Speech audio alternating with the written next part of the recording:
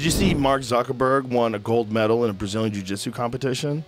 No. Mark Zuckerberg is a fucking savage. This dude has been training Jiu Jitsu. This is what he did. He wore a COVID mask and he fucking put a hat on and he hid. No. And he used an alias. And then imagine you're right about to compete and like maybe your first competition. Well, just give it a try. I mean, what's the worst thing that could happen? Worst thing that could happen, you get strangled by a super nerd in front of the whole world. Zuckerberg. So He's embarrassing. Awesome. I'm very proud of him. That's I think wild. I think it's amazing. It's amazing that he did that. A few people have done that. Mario Lopez did that. Ashton Kutcher. Tom Bain. Tom Hardy. Tom Hardy did that a couple times. Hot. Undeniable. Undeniable. You see him in Warrior? Yeah. Yes. Sonnen on Henry Cejudo's retirement. He regretted. Now, the fact that he took him off but didn't actually retire, I'm talking about Henry Cejudo. How do you feel about that? He was going to retire. You think so? I'll tell you how I feel about it. I'll tell you, he took the gloves off. In that moment, he was retired. They took too long to get to him. Oh. In between him deciding he was going to retire and then finally getting him. And imagine being Henry. You're in the ring, your heart's broken, your gloves are in your hands, you're going to throw him down and you're going to walk away the right way, not the way you did it last time. You regret the way you did it last time with a pipe bomb. You're going to actually say and have the ceremony.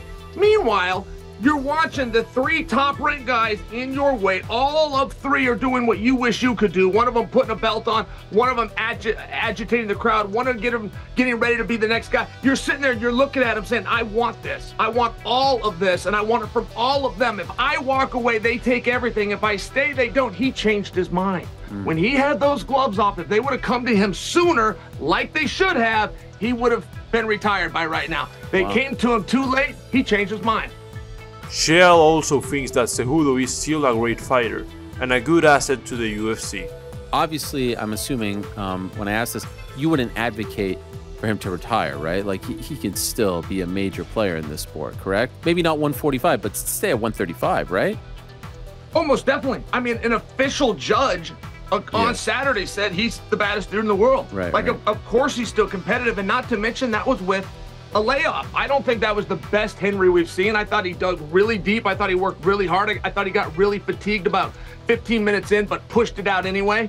And yes, no, there was nothing there that I saw from a physicality standpoint that says retire. I will just share with you because it's fun to do so. When he took those gloves off, he was done. They took too long to get him the mic. He changed his mind. Colby Covington thinks he can break Adesanya, Makhachev, and Khabib.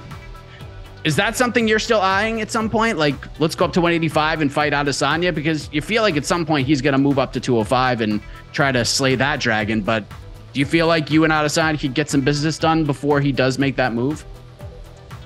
Absolutely. I think that's a huge fight, you know, and it's a fight of high magnitude. So I like the matchup, to be honest. I don't think he can hang with me. I think I take him down, I beat him from pillar to post, and I just break him inside that octagon. He can't hang with the cardio king. And I've been doing extra in the cardio to get my bedroom cardio right. So, you know, he's not ready for Raw America Steel and Twisted Sex Appeal. So, you know, I would love that fight. Champion versus champion, you know, USA versus wherever he's from, New Zealand or whatever. And you know, let's get this going. But, you know, I don't think he wants to fight a high-level wrestler like me, someone that can just keep up and be in his face the whole entire time, pressure him. I'm not just going to shoot one takedown. I'm going to shoot 5,000 takedowns and be in your face and break you. So, you know, I would love that fight. You know, if that's what UFC wants to do, I'm here. I'm a company man. I'm a businessman. So I care about the company, and whatever the company wants to do, I want to do the biggest and best business for the company, the UFC, greatest organization in the world. Let's just say you win the title in your next fight. How close of a reality do you think that is, that you would fight Makhachev champion versus champion? I think it's a very realistic possibility, Mike. You know, there was conversations backstage in the past that were had about that, you know, and if I could make 155, because I'm not a big 170, I don't cut much weight, 15 pounds, you know, 20 pounds max, you know, if I'm just completely eating as much as I can, stuff in my face. So, you know, I know we probably walk around the same weight. You know, he's just a weight bully. He's cutting all that weight to get the advantage at lightweight because there's no wrestlers. There's no guys that can give him any trouble. So, of course, he wants to be in that division. You know, the same division his daddy Khabib used to own. So, you know, there's a reason Khabib never came to 170 and fought welterweights, because King Colby's here and he knows how stuff is wrestling and punch him in the face until he quits. Anthony Smith on Alex Pereira. I would love that fight. Alex Pereira is moving up. He's traditionally been a very big guy for middleweight. How do you think he does at 205? And would that be a fight that you're interested in down the line? Yeah, I would love that fight. I'm a big fan of Alex. I'm a big kickboxing fan, so I knew who Alex Pereira was before he even came to the MMA side. So I was excited when I seen him get booked at LFA, I believe. I didn't suspect he would be on the regional scene very long just because of the type of athlete that he is. I think the same problems he would have outside of Israel Adesanya at 185, he's going to have at 205. You know, I'm a huge Israel Adesanya fan. I don't want to ever take anything away from that guy, but if Izzy's blast doubling you and controlling you on the ground, you know, a guy like Rakic or Ankalaev or Blachowicz or myself are going to give you the same problems. Kamaru Usman vs Khamzat Chimaev is in the works at 185 pounds. The fight between Khamzat and Usman has generated a lot of anticipation, since the former champion mentioned that he wanted to face wars. Dana had said that he's not interested in the fight if it's a catchweight, but that it could be done at 185 pounds. Usman called him out. Is there anything there as it relates to the two of them, or what's next for Khamzat Chimaev? No, because what I hate about that fight and calling him out, Usman's calling him out, but at a catchweight. I don't do catchweights. I don't like catchweights. Catchweights mean nothing. They mean absolutely nothing. If he wants to move up to 185 and fight him, we can talk about it. But trying to fight him at a catchweight, I'm not interested in. Since then, a series of tweets has opened up the possibility that the fight may be closer than expected. Gilbert Burns after his UFC 288 loss. It was a mental battle to stay in the fight.